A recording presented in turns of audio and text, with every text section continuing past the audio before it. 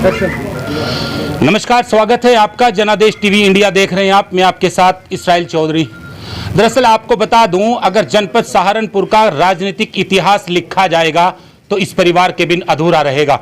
मैं आज मौजूद हूं जनपद सहारनपुर के कद्दावर नेता स्वर्गीय चौधरी यशपाल सिंह जी के फार्म हाउस पर। जनपद सहारनपुर में इस वक्त पूरा राजनीतिक घटनाक्रम दिन और रात बदल रहा है। यहाँ के सियासी हालात क्या चल रहे हैं, उसी के बारे में जानने के लिए आज हम पहुंचे हैं चौधरी इंदर सेन के पास।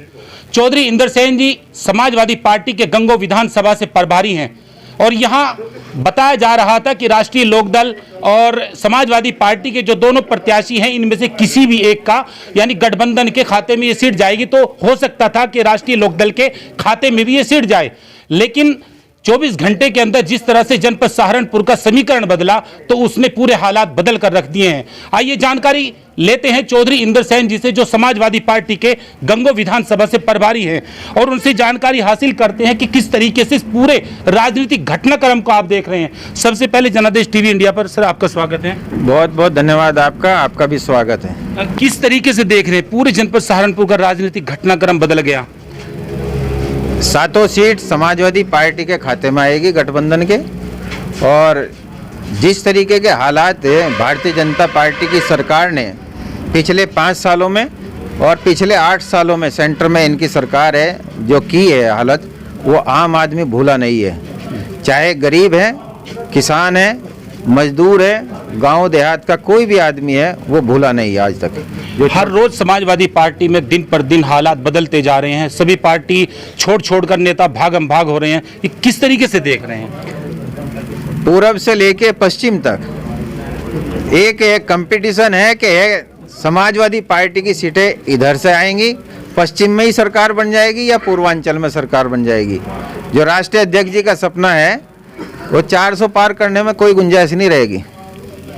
भारतीय जनता पार्टी इस वक्त पूरी तरह से, जिस तरह से कल योगी आदित्यनाथ मुख्यमंत्री जी का बयान आया और उन्होंने फिर एक बार वो कार्ड खेलने की कोशिश की, इसको किस तरीके से देख रहे हैं? आप देख लीजिए, आप मीडिया से हैं और जिस तरीके से आप लोग धरातल पर जनता की समस्याओं को उठा रहे हैं, उसके लिए भी मैं विशेष धन्यवाद देना चाहूँगा आप लोगों को।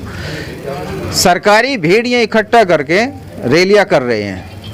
आप सहारनपुर में मुख्यमंत्री जी आए, प्रधानमंत्री जी आए, यहाँ पे प्रयागराज में, शाहजहाँपुर में सारी सरकारी भीड़ थी। जो खर्च इन लोगों ने इन प्रोग्रामों में किया, तो वो खर्च अगर जोड़ के देखा जाए तो आम आदमी की जेब में अगर वो चला जाता तो शायद उसका भला हो जाता।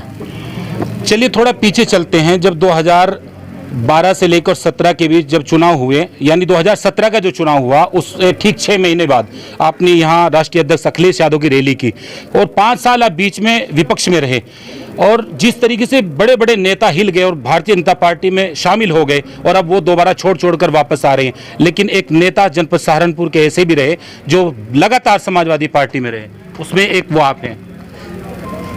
बिल्कुल सही बात है। हमने तो 6 महीने बाद ही, जब कोई इसका भारतीय जनता पार्टी का चारों तरफ बोलबाला था, जिस हिसाब से इन लोगों ने अपना प्रदर्शन किया, 6 महीने बाद ही इनको हिला कर रख दिया था। यहाँ पर तीतरों में परम पूज्य पिताश्री स्वर्गीय चौधरी यशपाल सिंह जी की जयंती पर माननीय राष्ट्रीय अध्यक्ष अखिलेश यादव जी का जो आगमन, उनका जो भव्य शानदार जानदार स्वागत समाजवादी पार्टी के झंडे और बैनर तले हुआ था, उसका ही परिणाम था कि लोकसभा उपचुनाव समाजवादी पार्टी और लोकदल गठबंधन यहाँ से जीत के गया था।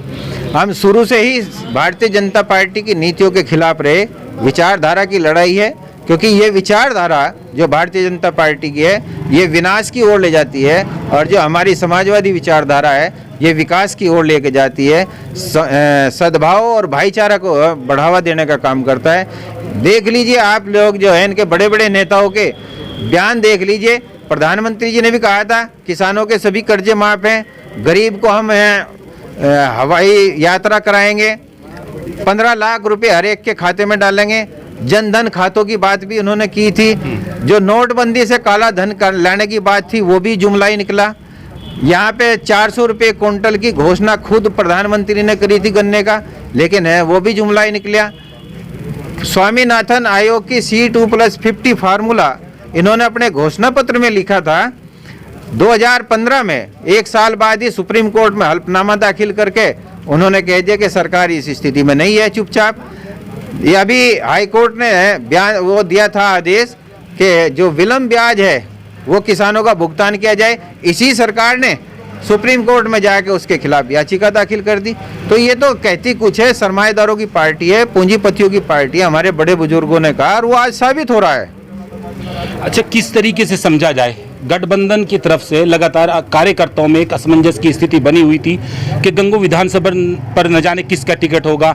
अब तो स्थिति क्लियर हो गई, किस तरीके से देख रहे हैं? देखिए, असमंजस की स्थिति जहाँ पे होगी वहाँ पे थी, हमारे यहाँ कोई असमंजस की स्थिति नहीं थी। हम तो पार्टी की नीतियों को लेकर बराबर जनता के बीच में जा रहे थे, चाहे कोई सा भी समय रहा। हमारे यहाँ असमंजस की स्थिति जैसी कोई बात ही नहीं हुई ना। हमारा बयान उठा कर देख लीजिए, कोई अतिशयोक्ति बयान जो है हमने नहीं दिया। लड़ाई लड़ रहे, आप भी जानते हो, सब जानते हैं कि शुरू से ही भारतीय जनता पार्टी के खिलाफ अगर जिले के अंदर कोई लड़ाई लड़ रहा है तो हम समाजवादी पार्टी के राष्ट्रीय अध्यक्ष अखिलेश यादव जी के नेतृत्व में अपने साथियों की ताकत के बल पर ये लड़ाई लड़ रहे हैं। और उम्मीद है कि इसमें 22 में समाजवादी की सरकार बनेगी और यहाँ से जिले में 7 विधानसभा सीटें माननीय राष्ट्रीय अध्यक्ष अखिलेश यादव जी के नेतृत्व के गठबंधन में झोली में डालने का काम करेंगे। एक मेरा आखिरी सवाल, इमरान मसूद की एंट्री हो गई, आज उन्होंने अपने कार्यकर्ताओं की मीटिंग बुलाई और समाजवादी पार्टी में उनकी एंट्री आज हो गई, तो इसको भी पूरे जिले में देख रही है, ऐसे पूरे प्रदेश में किस तरीके का एक मुस्लिम चेहरा है? देखिए, मीडिया ने बहुत कुछ दिखाया, दूसरी चीजें दिखाई। स्वाभाविक बात है भाई, वो कद्दावर नेता है, पार्टी में आने से उनको लाभ तो होगा ही पार्टी को। राष्ट्रीय अध्यक्ष जी ने जो फैसला लिया उस फैसले का सभी पार्टी के लोग स्वागत करते हैं, ऐसी कोई बात नहीं है, लाभ ही मिलेगा उससे। चलिए, ये थे हमारे साथ गंगो विधानसभा के प्रभारी चौधरी इंदर सिंह, जिन्होंने अपनी पूरी बेबाकी से अपनी बात रखी और ये बात बिल्कुल साफ है, जिस तरीके से जनपद सहारनपुर के राजनीतिक समीकरण बदले तो कहीं ना कहीं इससे एक बड़ा मैसेज जाने वाला है। देख सकते हैं पूरे कार्यकर्ताओं की भीड़ है और ये हर रोज बढ़ती जाएगी। जैसे जैसे चुनाव नजदीक आएगा ये भीड़ अपना एक विकराल रूप ले लेगी। अब देखने वाली बात यह होगी कि गंगो विधानसभा पर आने वाला वक्त किसका होगा। बने रहिए मेरे साथ जनादेश टीवी इंडिया के लिए, मैं इस्राइल चौधरी।